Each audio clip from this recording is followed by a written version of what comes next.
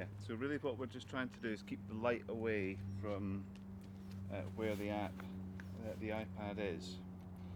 So if you need to move and adjust, then that's absolutely fine. Okay, we are recording, so in your own time. This is the Grow Observatory app. There are sections on it about growing food and grow practices, how to support your ecosystems, and there are methods for you to try to support ecosystems and to improve your soil.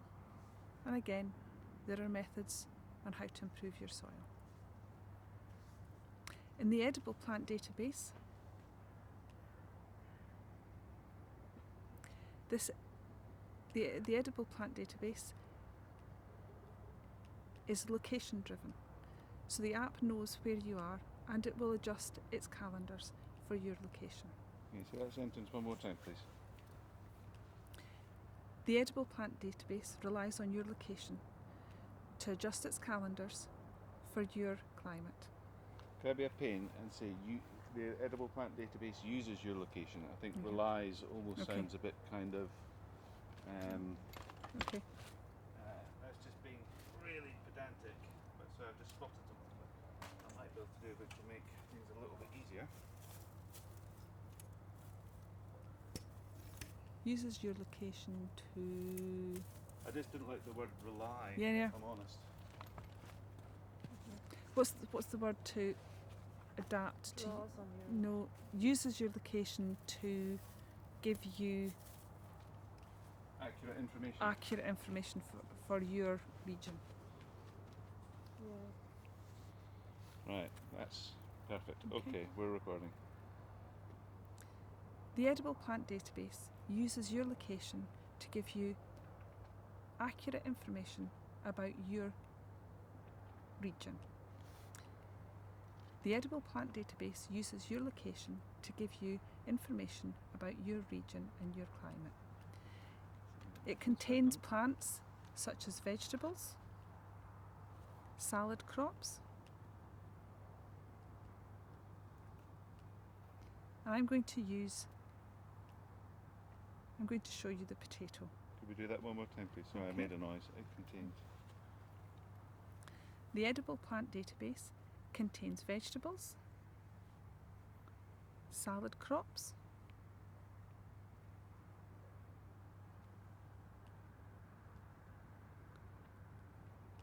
and for this example, the potato. We have an image of the potato as a crop, an image of potatoes in the ground with the plants, and the information that we have is about the potato, the requirements of the plant, the cultivation group, the temperature class, how much watering, if there are any sensitivities to this plant, the amount of sun it requires, preferred pH, and the amount of nutrients, and a little bit about the soil. And this is the part that relies on your location. It gives you specific planting and harvesting dates. And this is where our app is unique. You have the opportunity to join our online community to share your planting and your harvesting dates to make ours more accurate by simply clicking this button. You can join our Facebook group, Grow Calendars, and on our Facebook group, Grow Calendars. In this group, you can join in with polls, finding out when people are sowing and planting all over Europe. Okay? Let's go back to where we were.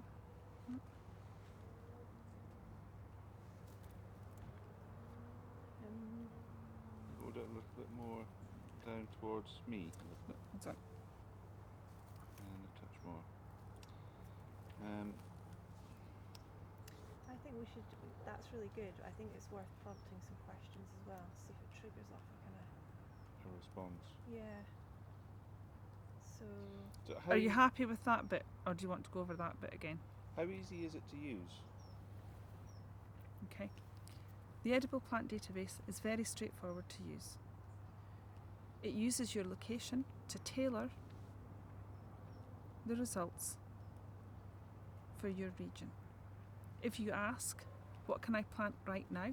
It uses the calendars in your region to tell you what can be planted now for a harvest in the future. For example, it's saying that we can plant radish. So you can sow outdoors from April right through to the middle of October, and you can harvest from the middle of May to the middle of November.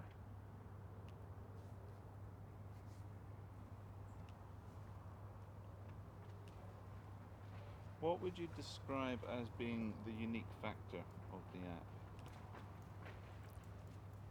The Grow Observatories app is unique as we are using co-produced data to power the calendars. This example, runner beans, we have a sowing outdoor from the 15th of June to the 30th of June. And harvesting, actually that's a really bad idea, a bad example, let's go back. 2 week window, I don't think so. I was just thinking that myself. I said, bloody hell. But then if you're organised. We will go to, carrot maybe. Beans. why don't we also talk about it from the point of view of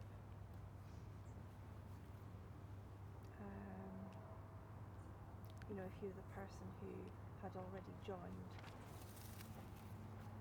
So you've joined through the website, and this is you looking at the app from that point of view. Do you know what I mean? Rather than I'll do that, and I'll let me try this. Right. The Grow Observatory app is unique. We are relying on co-produced data. This means that we are asking you, the user, to tell us when you've sown and when you've harvested. The carrot, for example, shows that sow outdoors from the 15th of April to the 30th of June. But some of our users have joined our online community to co-produce this data, and we currently have dates that suggest growers in this region are planting from the middle of March. This makes our app unique and involves our growers in producing more accurate information for new growers in their region.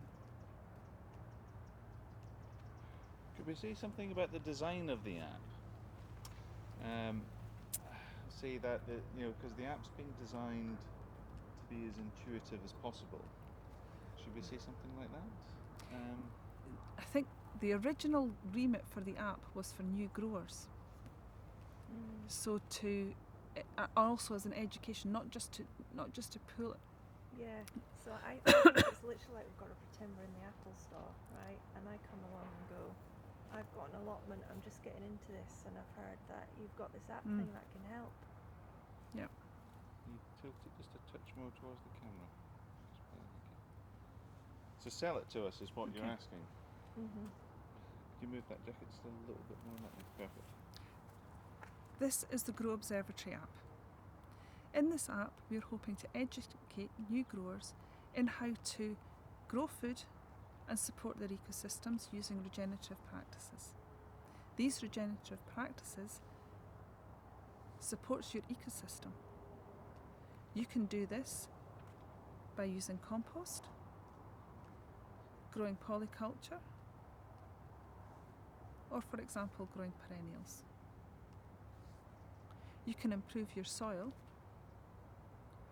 by using methods such as mulching, using compost, and growing polycultures. These methods will educate you in how to do these. That's rubbish, I wouldn't put that in. The edible plant database is there to support growers. You can ask the app, what can I plant right now in my location?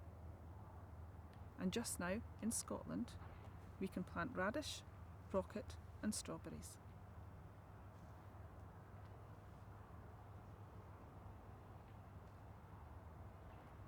If we plant, can we just very quickly look at strawberries? I just want to know. Can we really plant strawberries? When would they be harvested? Oh, right, for next year. Yes, yeah, yes, yeah. yeah. Right, okay, got it. Yeah, yes. It is the ideal time because this is when you've got the runners coming off, so you take the runners and you pot them up. Right, yeah. So this is really when you're tidying last year's Yeah, plants. So you just, okay, got it. okay. Because you can ask the app, what can I grow right now? In Scotland, our calendars are saying that you can plant radish, rocket and strawberries. So planting for strawberries from the 1st of September to the 30th of October for next year's plants and harvest.